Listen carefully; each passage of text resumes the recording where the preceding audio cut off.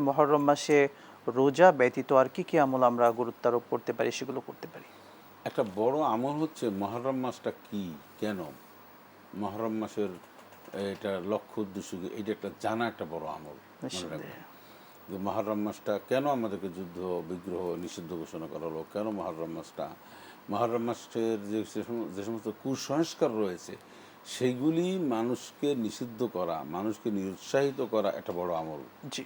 এই আমলগুলি কিন্তু কেউ করতেছে না। আমরা আমল বলতে সবসময়ের জন্য অনেক শারীরিক, মানুষের অনেক আমল, কিন্তু একজন মানুষের বড় আমল হচ্ছে যে এই রমজান, এই মুহররম মাসকে কেন্দ্র করে যারা বেদাতের সাথে সম্পৃক্ত রয়েছে, যারা এটাকে হাই হোসেনের জিকির করে, বা যারা এই সমস্ত অপকর্মের সাথে জড়িত, যারা বেদাতের সাথে জড়িত, এই তাদেরকে বুঝিয়ে এবং আমাদের নেক্সট প্রজন্ম, আমাদের পরবর্তী প্রজন্ম বা আমরা আমাদের মাঝে কেউ যাতে করে এই মুহররম মাসে এরকম মানে মাতম না করে, বা আমরা যে সমস্ত আমাদের মধ্যে কুসংস্কার রয়েছে, আপনি জানেন যে ইয়া হোসেন বলে যেভাবে চিৎকার মারে, যেভাবে নিজের শরীরে আঘাত করে, রক্তাক্ত করে রক্তাক্ত শরীরকে। করে, এইটা মানুষকে বোঝানো, এটা মানুষকে ছড়িয়ে দেওয়া, এই আমরা টেলিভিশনের মাধ্যমে, খুতবার মাধ্যমে নানানভাবে মানুষ এখান থেকে নিবৃত্ত রাখা, এটা একটা বড় আমল।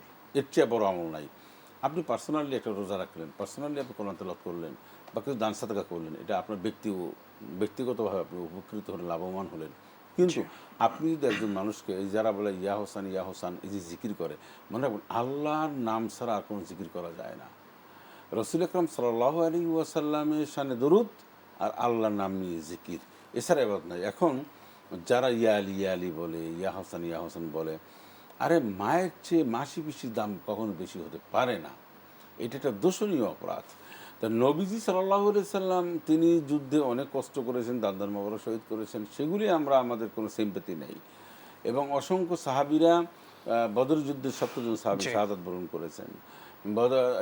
উহুদের যুদ্ধে অহুদের যুদ্ধে ৭০ জন সাহাবী শাহাদাত বরণ করেছেন। বদর যুদ্ধে ১৪ জন মুখ্যত সাহাবী বরণ সাহাবীদের করেন। কুরবানি না, অসংখ্য এইটা ছিল। করেছেন, এইটা নিয়ে আমরা কথা বলি না। আর হযরত আলী রাদিয়াল্লাহু তাআলা শহীদ হয়েছেন, আমরা সেটা নিয়ে কথা বলি না কেন? মোট শুধু কথা, হোসেনকে নিয়ে কেন প্রত্যেক কথা বলবো? সাহাবীকে আমাদের সমমর্যাদায় দেখতে হবে, রাইট। অর্থাৎ তাদের যে মর্যাদা সেটা তাদের অনুযায়ী দিতে হবে।